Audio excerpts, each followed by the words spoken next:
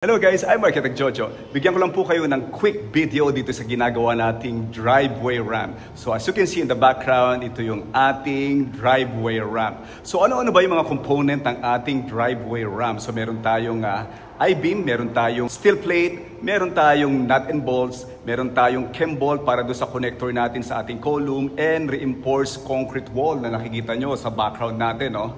And also, siyempre, yung pinaka-floor ng ating driveway ramp is made up of steel decking. So, isa-isayin natin yung mga connections na ginawa natin dito sa ating driveway ramp. Here, as you can see, meron na tayong na-install na mga rebars na 12 mm diameter na rebars dito. Ito yung ating steel decking na sinasabi ko sa inyo. Now, dito naman sa side na to, as you can see, meron tayong mga I-beam connectors na nilagay dito sa sahig. So yung inapakan ng plate na yan or steel plate ay beam dyan sa ilalim na yan, yung pinakasahig na yan. Then, ito yung mga succeeding na support sa ilalim ng ating driveway ramp. So yan yung inclination ng ating driveway ramp, no?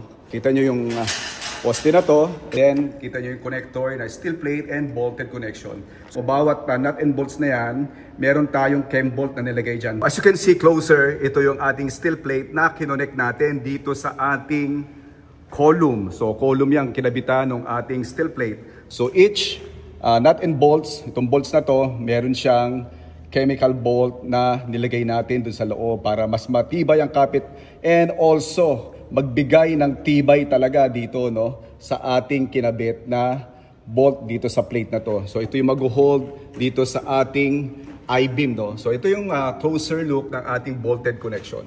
So ganyan siya. Then dito sa side na to, sa ilalim, yan. Ito yung ating bolted connection. Then dun din, meron din tayong bolted connection. Now ito naman yung succeeding na sahig natin na ginagawa na driveway ramp.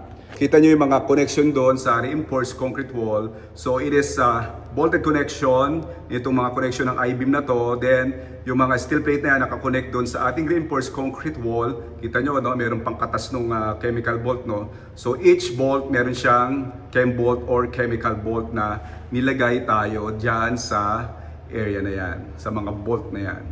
Alright? Alright guys, so on this quick video, no, nakita nyo dito yung component na ginawa natin dito sa ating driveway ramp. No?